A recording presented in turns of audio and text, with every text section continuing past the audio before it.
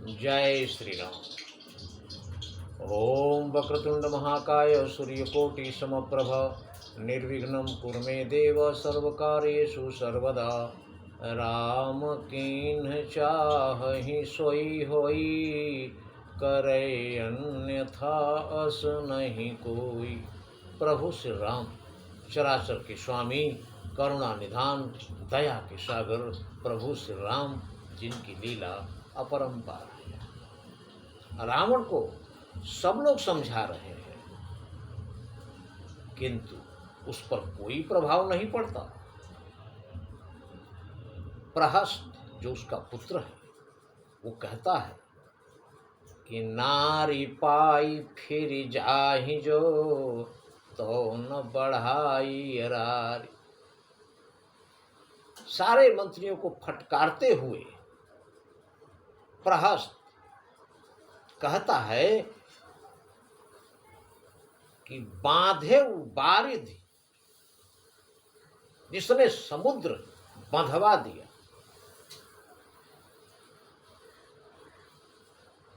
और लंका पहुंच गए, उनको साधारण मनुष्य कह रहे हो और ये कह रहे हो कि हम उनको खा जाएंगे। गलत। इसलिए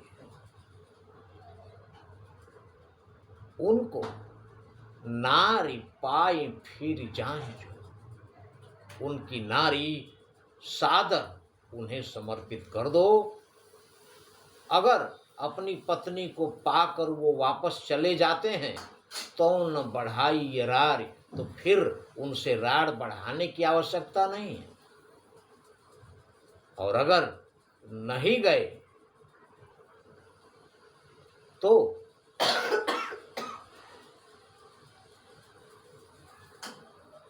युद्ध के मैदान में उनसे मार काट कीजिए, युद्ध कीजिए, फिर भयभीत होने की आवश्यकता नहीं। ना ही तो समर मध्य युद्ध करिए। अब भयभीत होने का समय नहीं है। इन दो तरीकों से आप अपना भला कर सकते हैं।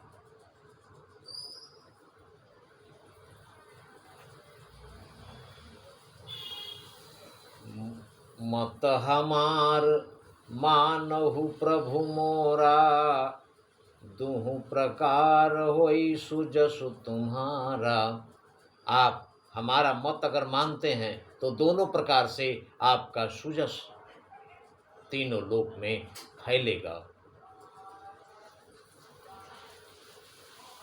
ये बात सुन अपने पुत्र द्वारा मंत्रियों की बात सुनकर रावण इतना क्रोधित होता था। उसका अपना ही पुत्र विरोध में खड़ा है,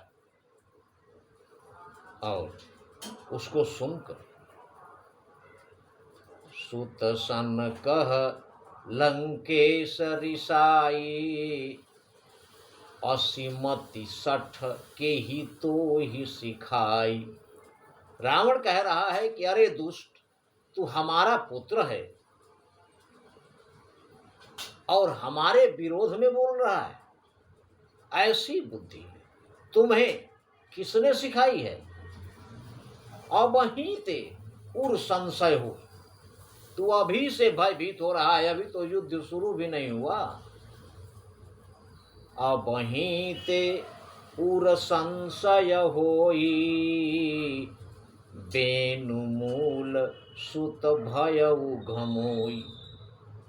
अरे पुत्र, तू तो बांस की जड़ में घमोई उत्पन्न हो। बांस की जड़ में अगर घमोई उत्पन्न हो जाए तो बांस का विनाश कर दे। तो बांस की जड़ में घमोई उत्पन्न हो गया। मेरे वंश के अनुसार तो हुआ नहीं। इतना सुनकर सब लोग तो सम्मान करते हैं बात का, बड़ा से बड़ा व्यक्ति क्यों न हो, सब लोग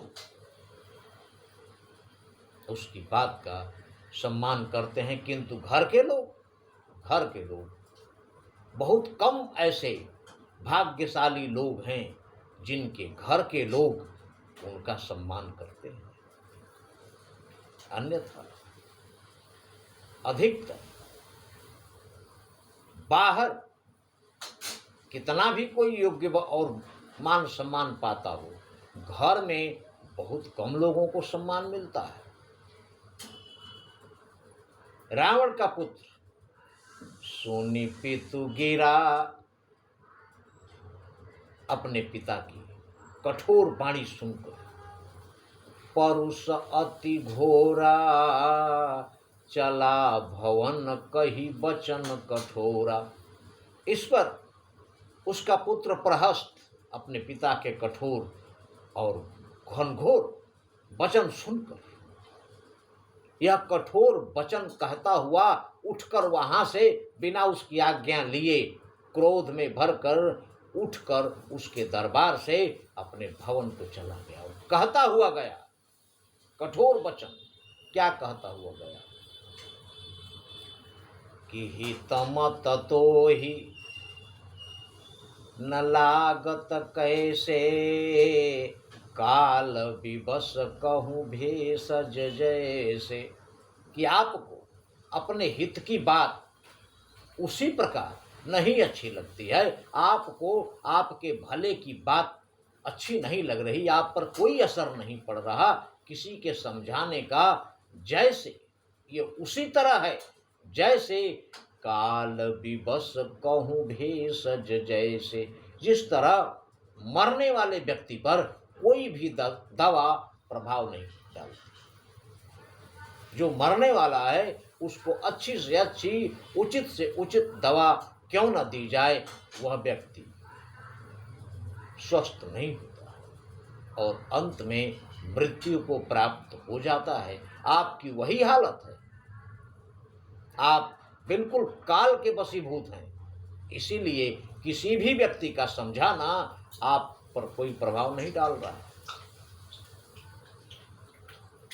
प्रहस्त ये कहता हुआ चला गया और संध्या समय जानी 10 शीशा। शाम हो गई है, संध्या को दरबार समाप्त हो जाता है। तो संध्या समय जानी 10 शीशा, चला भवन निरखत भुज बीसा। रावण त्रिलोक का सबसे अहंकारी, सबसे घमंडी खलनायक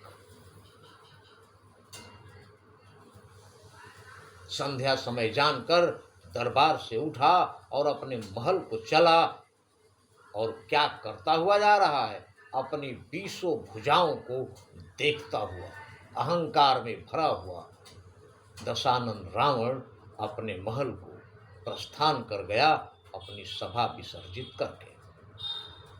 आगे की कथा अगले वीडियो में। किंतु ये सब कुछ जो भी व्यक्ति, जो भी मनुष्य जो भी कर रहा है, सब प्रभु श्री राम की ही लीला है, क्योंकि नटमरकट इव सबहि नचावत, सुनहु खगेश वेद यश गावत। प्रभु श्री राम ही हैं, उनके अलावा उनके सिवा इस त्रिलोक में और कोई नहीं है। राम कीन चाहै सोई होई, करे अन्यथा अस नहीं कोई। इसलिए नहीं कली कर्म न भगति विवेकु, राम नाम अवलंबन एकु। जय श्री राम।